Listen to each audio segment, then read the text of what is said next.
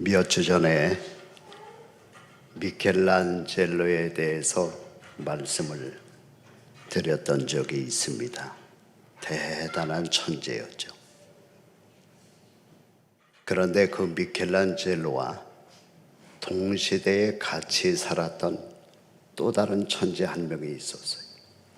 누굽니까? 리오나르도 다빈치라고 하는 사람입니다. 여러분 이름 들어보셨죠? 리오나르도 다빈치. 대단한 천재입니다. 만약에 누가 저보고 미켈란젤로와 리오나르도 다빈치 두 사람 중에 누가 더 천재냐?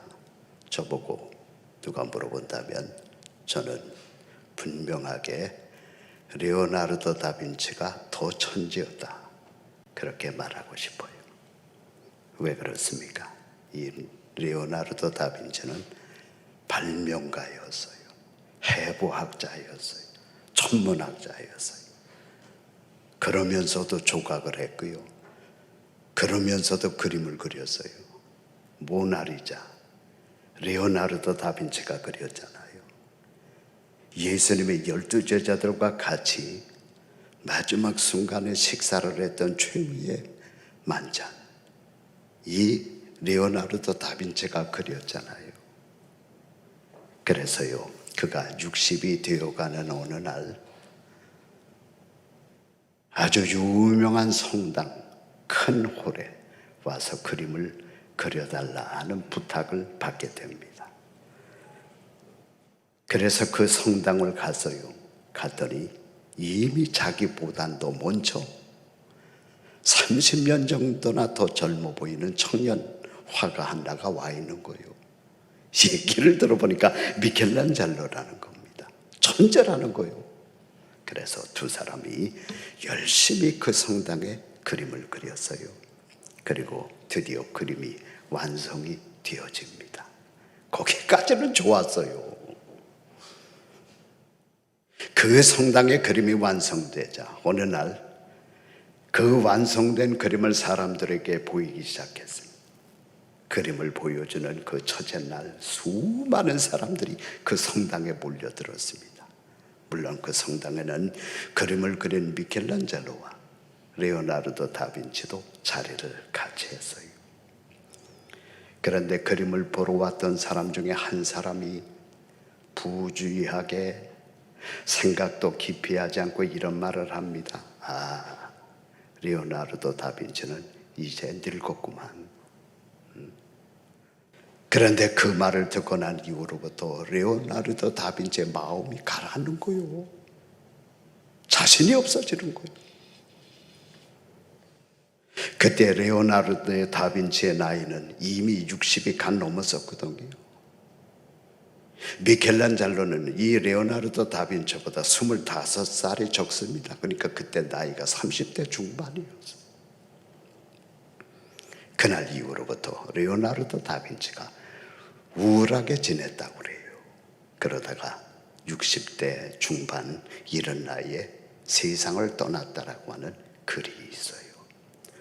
여러분, 미켈란젤로는 미켈란젤로고요. 자기는 자기잖아요. 왜 자기를 미켈란젤로와 비교합니까? 자기는 자기 인생을 기쁘고 즐겁고 보람되게 살다 가면 되는 거요.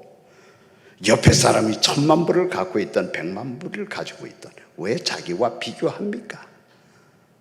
나는 하나님의 물질을 얼마를 줬던지 간에 그거 가지고 기쁨을 누리는 거예요. 말씀으로 기쁨을 누리고 즐거워하고 보람되게 살다가 가면 되는 거지. 왜 남하고 자기를 비교를 합니까? 남하고 비교하면 우울해지는 거예요. 남하고 비교하다가 보면 꼭 다른 생각을 하게끔 되어 있는 거예요. 오늘 본문 말씀을 보면 다윗과 자기 자신을 비교하다가 자기도 비참해지고 또 자기를 따랐던 수많은 사람들로 하여금 어려움을 당하게 했던 한 사람의 얘기가 등장해요. 그 사람의 이름이 뭡니까? 1절 말씀을 보니까 세바라고 나와 있어요. 이제 압살롬의 발람을 어렵게 다윗이 평정을 했습니다. 그래서 다윗이 한숨을 돌리고 다시금 예루살렘 성을 향해서 들어가고 있는 때였어요.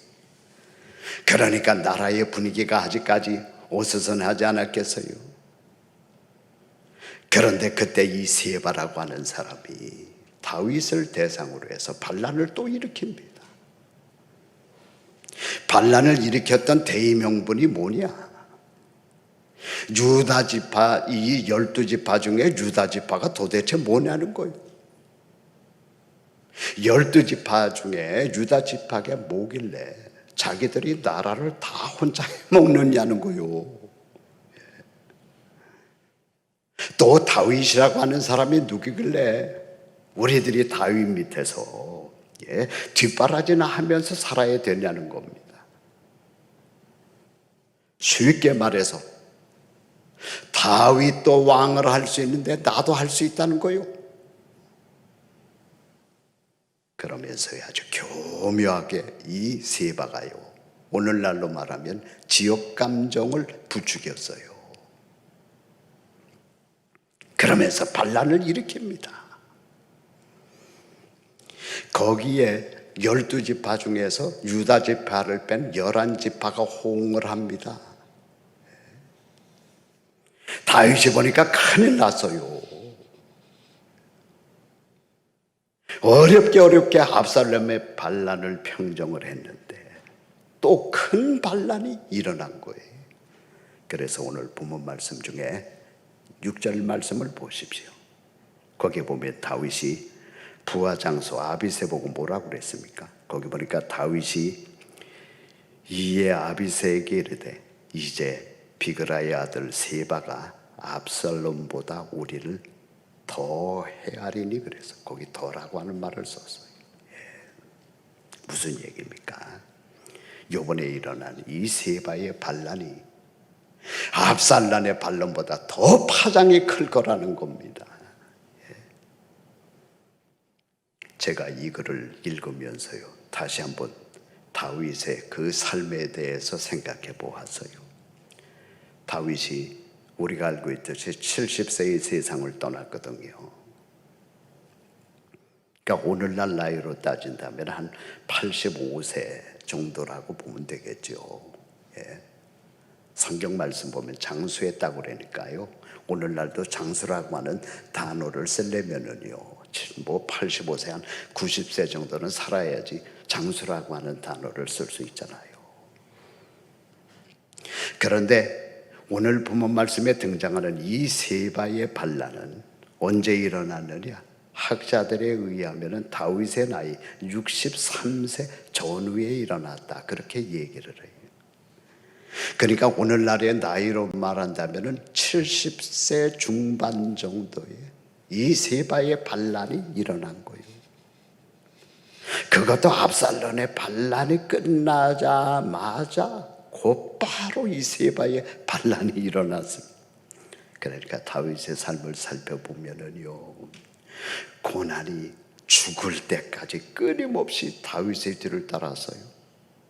풍파가요, 다윗이 죽을 때까지 끝까지 다윗의 뒤를 따라다녔습니다. 스티븐 빌 하우저라고 하는 사람이 쓴 잔인한 인생이라고 하는 책이 있어요. 한번 사서 보세요. 다윗, 제가 성경을 연구해 보니까 잔인한 인생을 살다 갔어요. 그렇다면 왜 하나님이 다윗으로 하여금 잔인할 정도로 그런 인생을 살다가 가게 하셨을까? 대답은 한 가지입니다. 하나님이 그 누구보다도 다윗을 사랑했기 때문에. 대답은 딱 한 가지. 그 누구보다도 하나님이 다윗을 사랑했기 때문에. 하나님은 사랑하는 사람들의 영혼이 아주 순결하게 이 세상에서 보존되었다가 천국에서 하나님과 만나기를 원해요. 그런데 고난과 풍파 없이는 인간의 영혼이 순결해질 수가 없어요. 고난과 풍파가 없이는 인간의 영혼은 깨끗해지지 않습니다. 그러므로 하나님은 반드시 사랑하는 사람들에게 고난을 보내요. 풍파를 보내요. 혹시 말씀을 듣는 여러분 가운데 과거에 어느 누구보다 더 많은 고난과 풍파를 당한 분이 계십니까? 한 가지 분명히 기억해야 돼. 어느 누구보다 하나님이 그런 사람을 사랑했다는 거예요. 하나님은 사랑하는 사람들에게 고난을 보내고 풍파를 보내요. 제가 한국에서 노래 부르는 많은 가수들이 있잖아요. 그 중에서 제일 좋아하는 여자 가수 하나가 있어요. 누구냐? 소양이라고 하는 가수입니다. 여러분 소양 알아요? 불과 얼마 전에 세계 가수 대회가 있었어요. 아마 여러분은 이런 거 모를 거예요. 세계 가수 대회. 전 세계에서 나라를 상관하지 아니하고 그가 누구이든지 간에 가수인 경우는 자격이 되어지는데 그 중에서 16명을 뽑아갖고요 토너먼트로 올려보냅니다. 여러분 토너먼트가 뭔지 아시죠? 두 사람의 대결을 갖고 떨어지는 사람은 영원히 떨어지는 거예요. 그래서 계속 올라갑니다.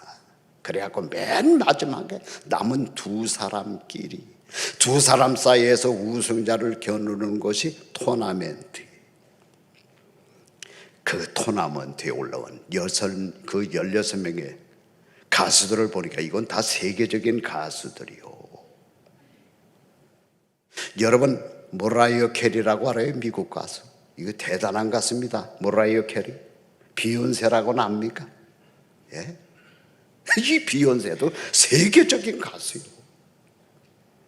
그런데 이런 가수들이 16강에 올라가고 나중에 다 떨어졌어요. 그런데 이 소양은 계속 올라가는 거예요. 그래서 8강전을 통과하고요 4강전을 통과했어요.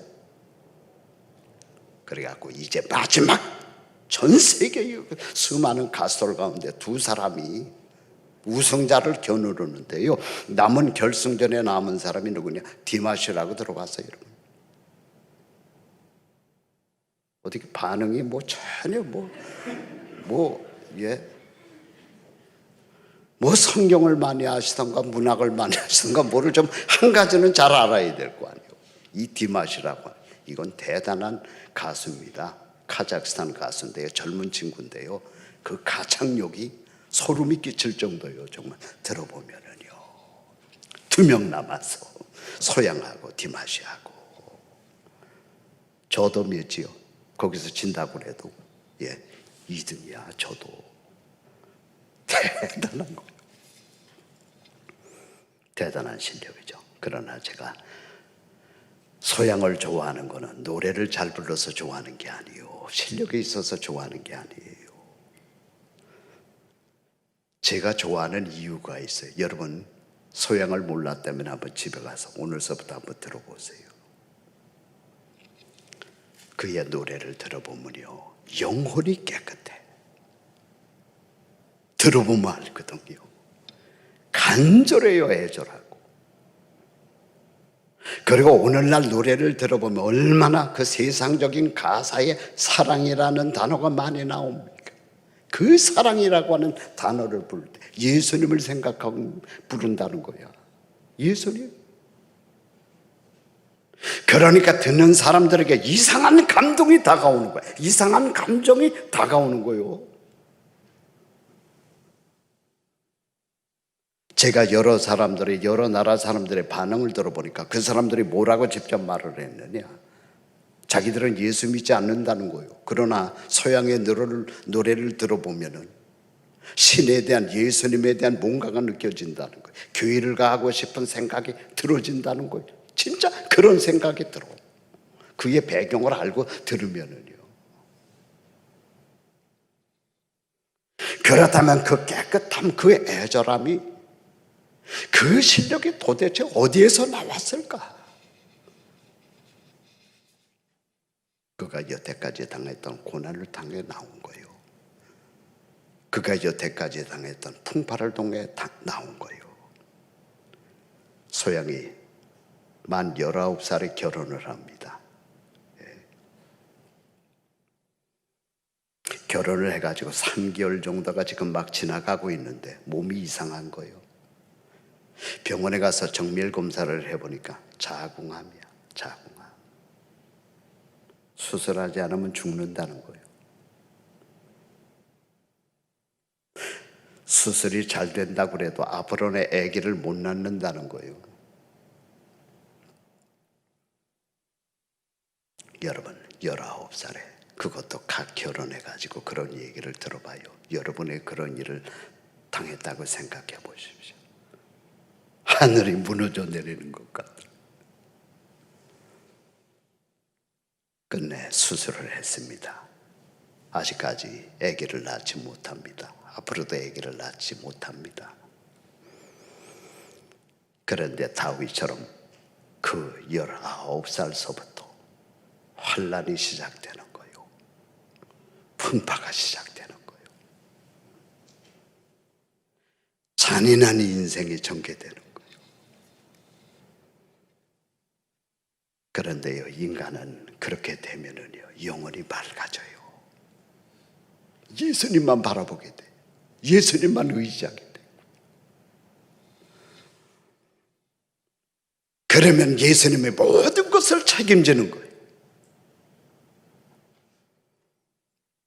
그런 일이 있고 난 뒤에 많이 고민을 하다가 세상 가수가 되려고 했던 꿈을 포기합니다. 그리고 하나님을 찬양하는 찬양 가수가 돼요. 여러분, 찬양 가수가 무슨 인기가 있습니까? 무슨 돈을 봅니까? 그러나 찬양 가수가 돼서 하나님만 찬양해요. 그렇게 10년 동안 하나님만 찬양을 했어요. 그러니까 하나님이 들려 올리는 거요. 이게 성경의 내용입니다, 여러분. 지금으로부터 3년 전 복면가왕이라는 데 나왔어요. 복면가왕은 아세요, 여러분? 이거 설명하려면 시간이 많이 걸려요. 이런 걸 설교 시간에 설명을 하면 되겠습니까? 복면 쓰고 나와서 가수들이 서로 경쟁하는 거요. 그러니까 그동안에 그 사람의 선입견 이런 거는 다 버리고 가면을 쓰고 나왔으니까 진짜 실력 들어보고 평가하는 거요. 점수를 매기는 거요. 거기에 소양이가 나왔다니까. 나와서 노래를 불렀어요. 근데 노래를 들어보니까 틀리는 거야. 다른 가수들하고 소리가 깨끗하고. 왜? 영혼이 깨끗하니까요. 소리가 깨끗하고 애절함이 있고요, 간절함이 있고요, 남다른 감동이 밀려오는 거요. 들은 모든 사람들이 깜짝 놀란 거예요. 제가 누구냐 이거. 저 여자 가수가 누구냐 이거야, 제가. 그래서 첫 번째 나와갖고 우승합니다. 거기는 우승을 하면은 가면을 안 벗어요. 그 다음에 또 그 가면 쓰고 다음에 또 나와요. 두 번째 나와서 또 우승하네. 사람들이 얼굴을 보고 싶은데 얼굴을 볼 수 없는 거야. 세 번째 나와서 또 우승했네. 네 번째도 우승했어요. 몇 번째까지 우승했어? 여섯 번째까지 우승했어요. 영거포 6번. 일곱 번째 우승하지 못했어요. 그래서 사람들이 보는 가운데, 여러분, 전국의 시청자들이 보는 가운데 가면을 벗었더니 누구요? 소양이야. 그때서부터 이 소양이 뜨기 시작하는데요. 예, 여러분, 뭐 하나님이 올리기 시작하면 인간이 어떻게 막습니까, 여러분? 그러면서 지금은 각 방송국 섭외 영순이야, 영순이. 1순위도 아니야, 영순이요. 그런데 놀라운 것은 그게 아닙니다. 그렇게 높아지고 바빠지고 세계적인 가수가 되었는데도 소양이는 지금 관심사가 뭐냐, 소양이는 지금 뭘 하고 있느냐. 요 얼마 전에요, 책 2권을 써서 냈더라고요. 예. 그 책 제목이 마라나타 7교회의 얘기라고 하는 책이에요. 여러분, 마라나타라고 하는 뜻은 뭐예요? 아멘, 주 예수요, 속히 오소서, 빨리 오세요. 예. 마라나타. 마라나타 7교회 얘기.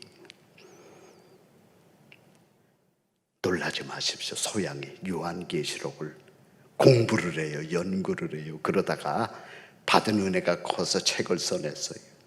그렇게 바쁜 가운데서도요, 이 헬라 원어를 공부하고요, 히브리어 원어를 공부하고요, 또 많은 세계적인 영어도 불편함이 없거든요. 영어 책들 갖다 놓고 주석 책들 갖다 놓고 요한계시록을 공부합니다. 그러다가 자기가 먼저 은혜를 받는 거요. 예. 그래가지고 책 2권을 써냈다니까. 그 책의 제목이 마라나타야. 아멘. 주 예수여 속히 없어서. 왜? 지금 시대를 보니까 주님이 빨리 와야 된다는 거예요. 이 세상에 의지할 게 없다는 거예요. 여러분 코로나를 통해서 여러분 많이 깨달으셨지. 앞으로 또 이 세상에 어떤 일이 다가올지 누가 장담할 수 있으면 뭘 믿습니까? 이 세상에 여러분 이런 가운데서도 세상을 바라보고 세상을 믿는다고 하면 미련한 사람입니다. 마라나타 주 예수여 빨리 오시옵소서. 속히 오시옵소서. 소양이 하는 말입니다. 오늘날처럼 요한계시록에 필요한 데가 없다는 거예요. 요한계시록 공부해야 된다는 거예요. 요한계시록을 통해 은혜를 받아야 된다는 겁니다. 주님 오심을 준비해야 된다는 겁니다. 어렸을 때부터 고난과 풍파가 없었다면 세계적인 탑 가수가 되었는데 돈 벌 길이 지금 줄을 섰는데 여러분 집에서 요한계시록 보면서 요한계시록 공부하겠어요? 연구하겠어요? 책을 만들어내겠습니까? 돈 벌 길이 지금 앞에 열려져 있는데 그런데 그런 거 관심이 없는 거야. 그건 부차적이라는 거요. 내가 은혜를 받아야 된다는 거요. 내가 내 심령에 살아야 된다는 거요.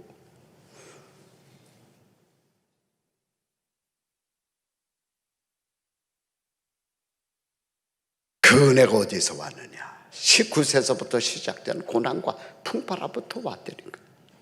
다윗이 그 환난 풍파 가운데 왕이 되었습니다. 왕이 되고 나니까 돈이 들어옵니다. 금이 들어옵니다. 힘이 생겨납니다. 그러다가 우리가 알고 있듯이 바세바라는 여자와 큰 실수까지 범했잖아요. 그러자 하나님은 그것을 빌미로 삼아서 계속해서 죽을 때까지 다윗에게 환난과 풍파를 보냈어요. 왜? 다윗이 미워서? 바세바의 죄가 너무나 크길래? 물론 그것도 있겠지만 그것보다 더 근원적인 건 다윗을 너무나 사랑하기 때문에. 인간은 고난 없이는 인간이 안 돼요. 영원히 맑아질 수가 없어요. 하나님 앞에 돌아오지를 않아요. 하나님을 의존하지 않아요. 그러니까 다윗을 너무나 사랑하셔서 죽을 때까지, 성경 말씀 죽을 때까지 환난 풍파가 끊이지 않았어요. 왜? 하나님이 다윗을 그 누구보다도 더 사랑했기 때문에. 여러분 과거에 누구보다도 더 큰 환난과 풍파를 당하신 분 계십니까? 오늘날도 남들에게 말 못할 고난과 풍파를 당하고 계신 분 계십니까? 하나님 앞에 감사하기를 바랍니다. 하나님이 그 사람 한 사람을 누구보다 더 사랑하기 때문입니다. 기도하겠습니다.